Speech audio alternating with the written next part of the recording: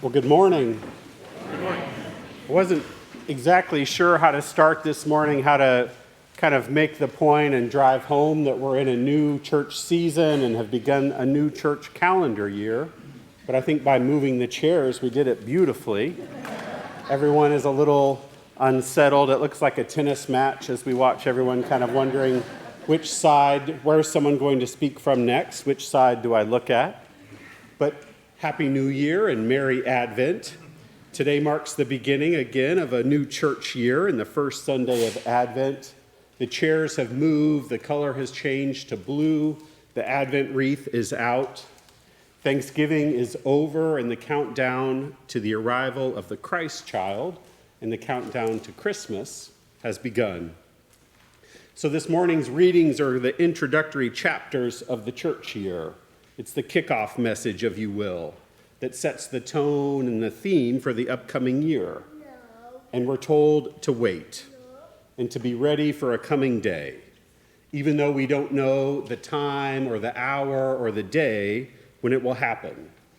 But we are told specifically to live in anticipation of and in preparation for that day.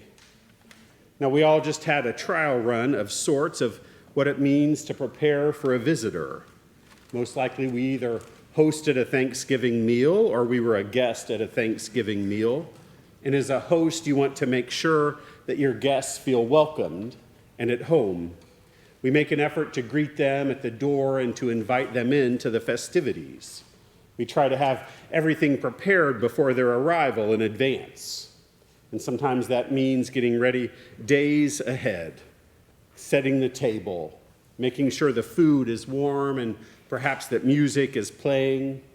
We might even make an effort to prepare their favorite food or to have their preferred drink ready for them when they arrive.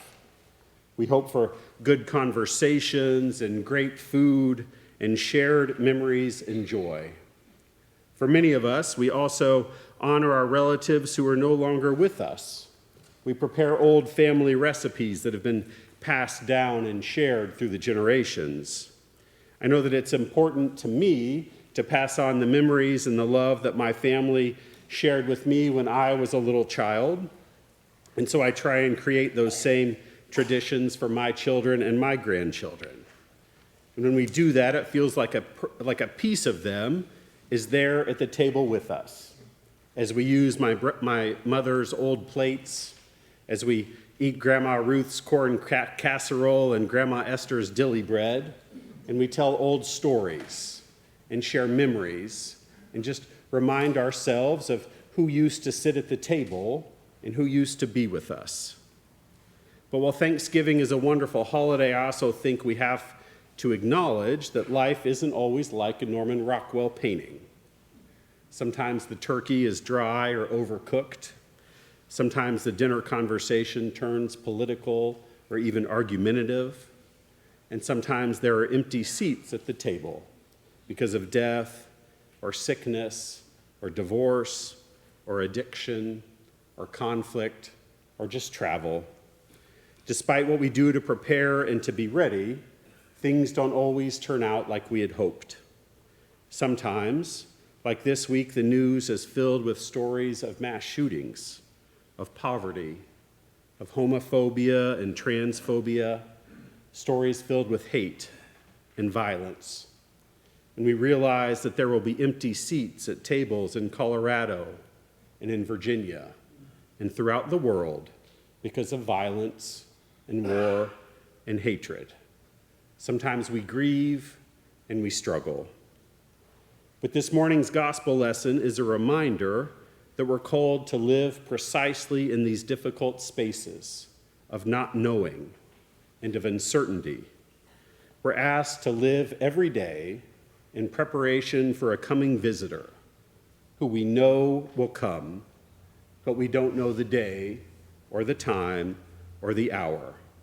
So every day we're called to set the table, to prepare, to live in anticipation of a day that might come but might not. And so I ask this morning that we turn to Matthew 25. It falls just one chapter after this morning's lesson, but it tells us where we can find God while we wait. And it tells us that God is found in the hungry, the naked, the stranger, the prisoner, and in the thirsty. And as faithful Christians, we often ask ourselves questions like, where is God? Where can we find God? Where can we feel God's presence and the power of the Spirit? We search for signs and for answers. We read books and we study and pray, and we search diligently, longing for a moment, just a glimpse of the Spirit. But we've been told where to go and where to look. We're told that when we serve amongst the hungry, the naked, the stranger, the prisoner, and the thirsty, that we will encounter God. After all, it's easy for us to welcome those we love and enjoy to our shared meals and celebrations. But we aren't asked only to love those that we love or those that will love us in return. We're called to exhibit a radical love that will challenge and change us as we work together to transform the world. We're called to bring justice to a world where people are hungry and thirsty, called to bring light into a world that sometimes appears to be filled with darkness. We're called to bring coats and clothing and shelter to those who don't have a home or a safe place to rest. We're called to bring safety and protection to those who are threatened by gun violence. Called to bring love and acceptance and affirmation to those who are hated and sometimes even hunted because of who they love or how they identify. We're called to advocate for those who are imprisoned. We're called to bring justice to those who are hated or discriminated against because of their nationality or race or color or religion. There are so many who live on the margins and in need, and all too often there aren't enough voices calling and fighting for justice and for light. But yes, we will still have glimpses of that perfect Thanksgiving feast, that ideal setting of the Rockwell portrait where everything goes right. We've been promised that God's love will overcome and will triumph in the end. But as we live into that promise, we also must work to be a part of bringing that reality into the world. We don't know the day or the hour, but we're called to live as if that time is now.